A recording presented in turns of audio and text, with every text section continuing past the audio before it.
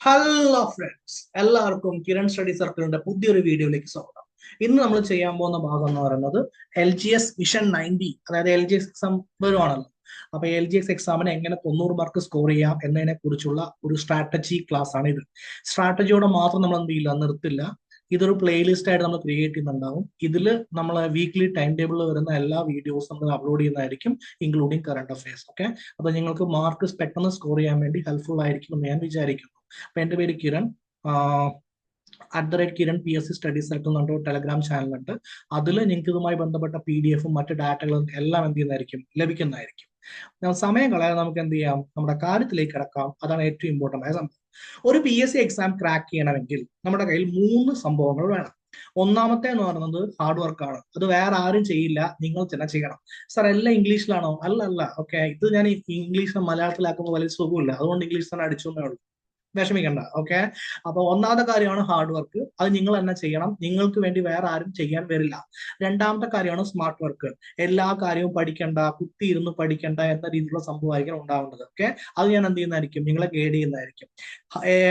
മൊത്തം total hard work ചെയ്തിട്ട് continuous ആയിട്ട് ഹാർഡ് വർക്ക് മാത്രം ചെയ്ത് ജീവിക്കുന്ന ഒരാളാണെങ്കിൽ അവർക്ക് എല്ലായ്പ്പോഴും സക്സസ് കിട്ടിയെന്ന് വരില്ല. ഹാർഡ് വർക്ക് ചെയ്യുന്ന ആളാണ് ഏറ്റവും വലുതായി വരണമെങ്കിൽ കഴുതയോ അല്ലെങ്കിൽ എന്തായിരിക്കാം, ഉറുമ്പോ ആയിരിക്കണം എന്നുണ്ടാവുക ഈ സൊസൈറ്റിയിൽ അല്ലെങ്കിൽ നമ്മുടെ പ്രകൃതിയിൽ ഏറ്റവും ഉയർന്ന ജീവജാലമായിട്ട് വരേണ്ടത്. ഹാർഡ് വർക്ക് ചെയ്യുന്ന അവരല്ല ഏറ്റവും ഉയർന്ന ജീവജാലമായിട്ടുള്ളത്. കാട്ടിലെ രാജാവ് ആരാ? സിംഹമാണ്. സിംഹം ഹാർഡ് വർക്ക് അല്ല ചെയ്യുന്നത്, സിംഹം ചെയ്യുന്നത് എന്താ? സ്മാർട്ട് വർക്കാണ്. അപ്പൊ സ്മാർട്ട് വർക്കും ഹാർഡ് വർക്ക് ചെയ്യണം കേട്ടോ. ഹാർഡ് വർക്ക് ഇല്ലാതെ എവിടെയും എത്തില്ല, പക്ഷെ സ്മാർട്ട് വർക്ക് ഉണ്ടെങ്കിൽ എന്ത് ചെയ്യാൻ പറ്റും, ടോപ്പിൽ എത്താൻ വേണ്ടി പറ്റും. മൂന്നാമത്തെ പരിപാടിയാണ് ലക്ക്. ലൈഫിൽ എല്ലാവർക്കും ആവശ്യമുള്ള ഒരു സംഭവം. ഓക്കെ, അത് ഏതൊരു സംഭവം, ഏതൊരു കാലഘട്ടത്തിലായാലും ഏതൊരു രീതിയിലായാലും, അത് ഇനി PSC എക്സാമിനല്ല, വേറെ എന്തിനെങ്കിലും പഠിക്കുകയാണെങ്കിലും ജോലിക്കാണെങ്കിലും കുടുംബത്തിലാണെങ്കിലും എല്ലാത്തിനും ലക്ക് എന്ന് പറയുന്ന കാര്യം വളരെ ഇമ്പോർട്ടന്റ് ആയ സംഭവം.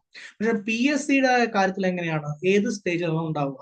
ഇപ്പൊ LGS ഒരു 3-4 സ്റ്റേജ് ഉണ്ടെന്ന് വിചാരിക്കൂ. 1-2 സ്റ്റേജ് വളരെ എളുപ്പം, ഒരു സ്റ്റേജ് മീഡിയം, ഒരു സ്റ്റേജ് എന്ന് പറയുന്നത് സാധാരണഗതിയിൽ ചോദിക്കുന്നതിനേക്കാളും കൂടുതൽ വ്യത്യസ്തമായിട്ടുള്ള ചോദ്യം.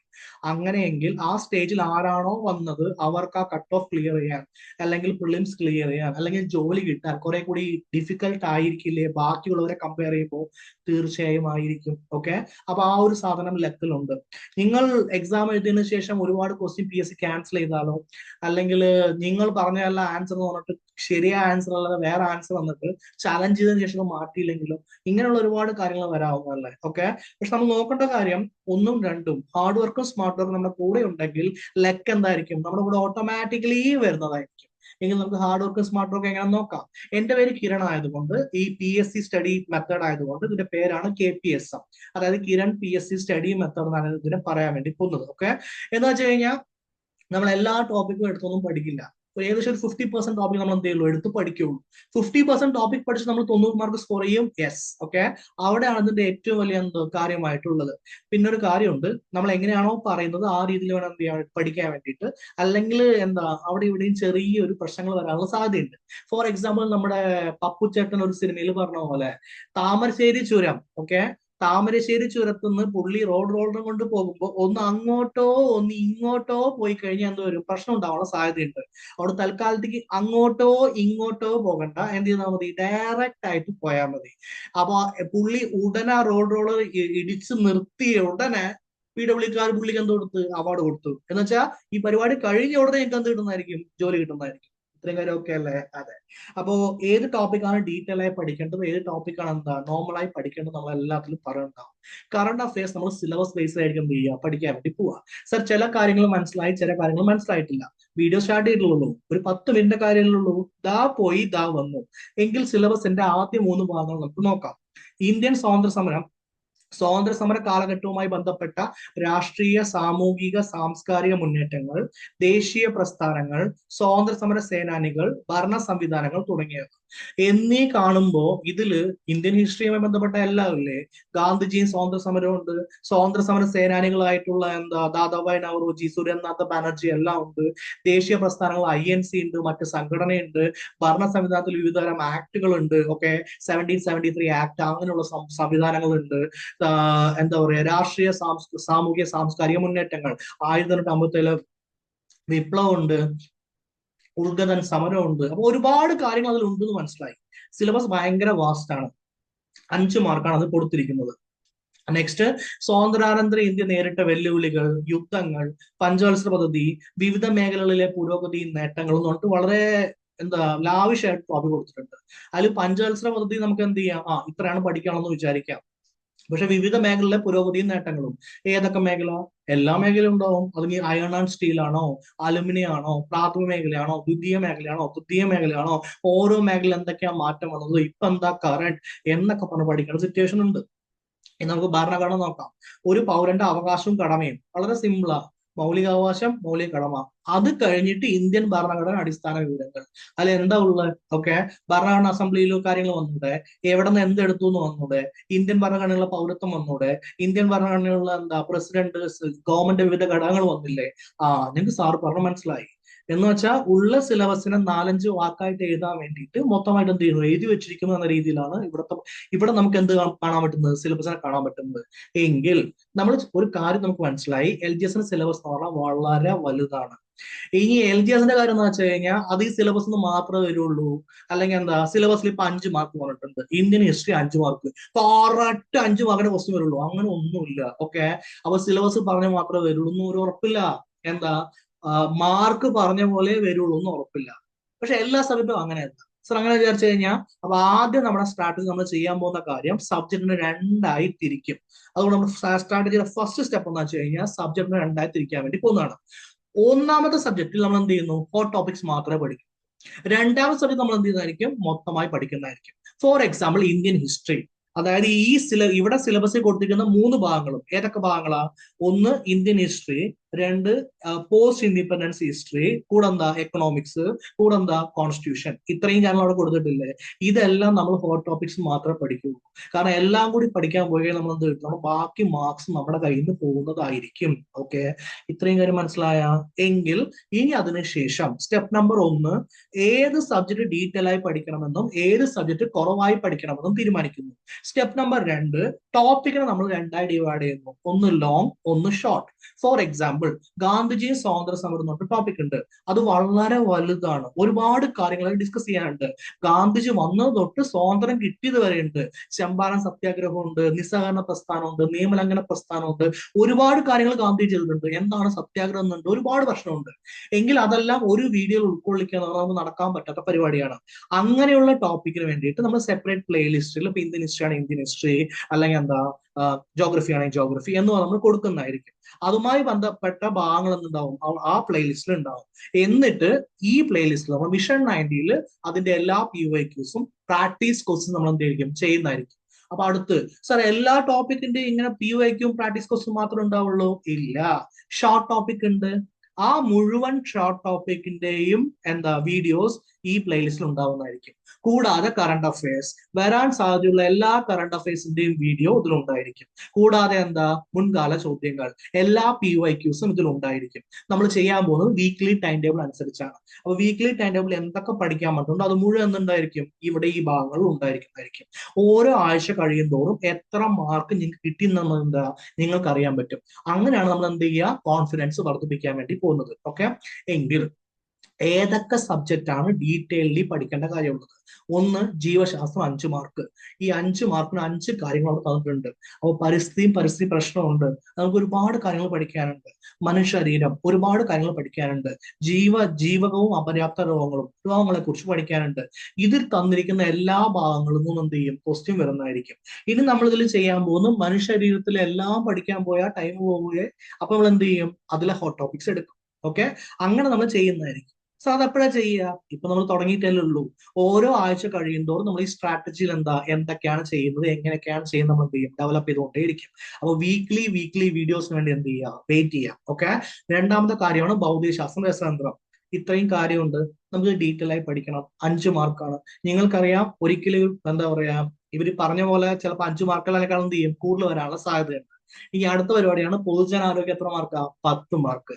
അപ്പൊ സാംക്രമിക രോഗങ്ങളും രോഗകാരികളും, അടിസ്ഥാന ആരോഗ്യ വിജ്ഞാനം, ജീവിതശൈലി രോഗങ്ങൾ, കേരളത്തിലെ ആരോഗ്യ ക്ഷേമ പ്രവർത്തനങ്ങൾ, ഇത്രയും കാര്യങ്ങൾ പഠിച്ചിട്ട് പോയി നമുക്ക് എന്ത് കിട്ടുന്നതായിരിക്കും? 10 മാർക്ക് കിട്ടുന്നതായിരിക്കും. അതിൽ വളരെ ഇമ്പോർട്ടന്റ് ആയ ഭാഗമാണ് അടിസ്ഥാന ആരോഗ്യ വിജ്ഞാനം.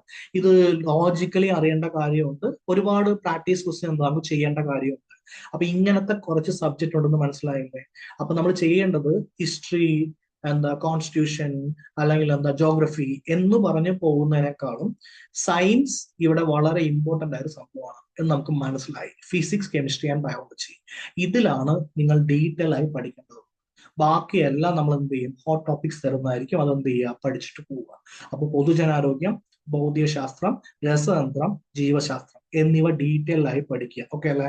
ഇനി പ്രിലിംസ് ഉണ്ട്, മെയിൻസ് ഉണ്ട്, രണ്ടും രണ്ട് സ്ട്രാറ്റജിയാണോ? അങ്ങനെ ഒന്നും വിചാരിച്ച് ടെൻഷൻ അടിക്കണ്ട.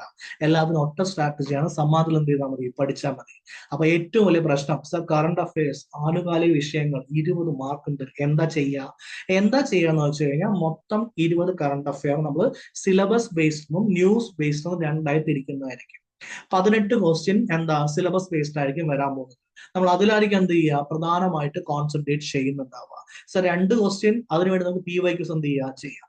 ഇതെല്ലാം ആയി ബന്ധപ്പെട്ട് നമ്മൾ വീക്ക് 1 ടൈം ടേബിൾ ഇട്ടിട്ടുണ്ട്. അതായത് ടോപ്പിക് 1 1929 ലാഹോർ സമ്മേളനം, ഷോർട്ട് ടോപ്പിക് ആണ്, ഒറ്റ സ്ട്രെച്ചിൽ എന്ത് ചെയ്യും? തീരുന്നതായിരിക്കും. 1 മാർക്ക്. ഗാന്ധിജിയും സ്വാതന്ത്ര്യ സമരവും 3 മാർക്ക് വരെ കിട്ടാവുന്ന ഒരു ഭാഗമാണ്. 3 മാർക്ക് 4 മാർക്ക് വരെ വന്നിട്ടും ഉണ്ട് PYQ, പഴയ ക്വസ്റ്റ്യൻ പേപ്പറിൽ. പക്ഷെ നമ്മൾ 1-2 മാർക്ക് ഇടുന്നുള്ളൂ. പക്ഷെ ലോങ് ടോപ്പിക് ആണ്, കുറച്ചധികം പഠിക്കാനുണ്ട്. ടോപ്പിക് 3 പഴശ്ശിരാജയും കുരിശ് കലാപവും, 1 മാർക്ക് ഷോർട്ട് ടോപ്പിക് ആണ്.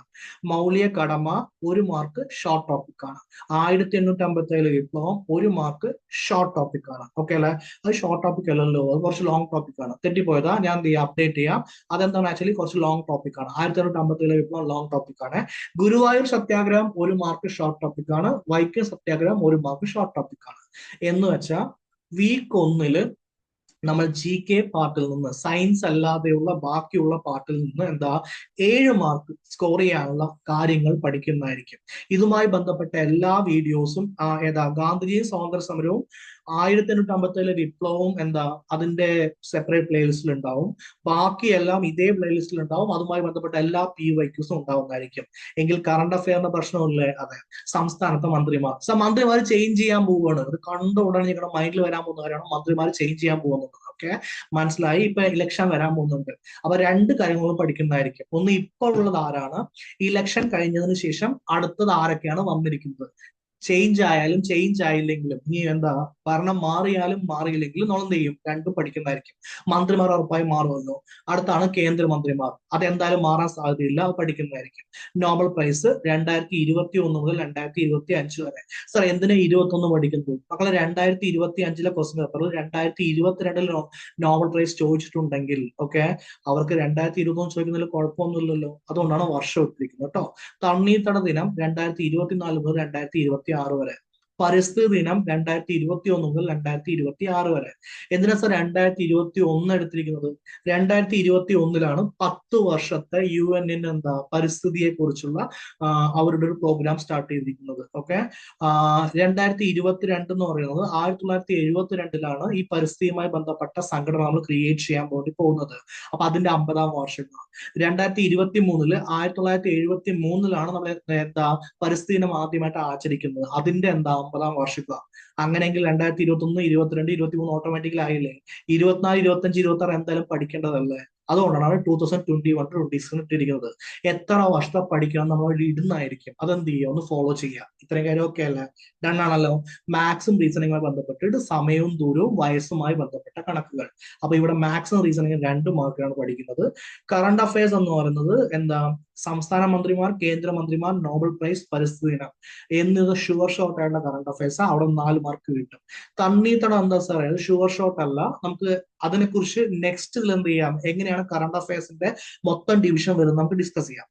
അപ്പൊ 4 മാർക്ക് അടന്ന് കിട്ടും. ഇവിടെ 7, 7 4 11, 11 2 എത്രയാ? 13 മാർക്കാണ് നമ്മൾ ആദ്യത്തെ ആഴ്ചയിൽ പഠിക്കാൻ വേണ്ടി പോകുന്നത്.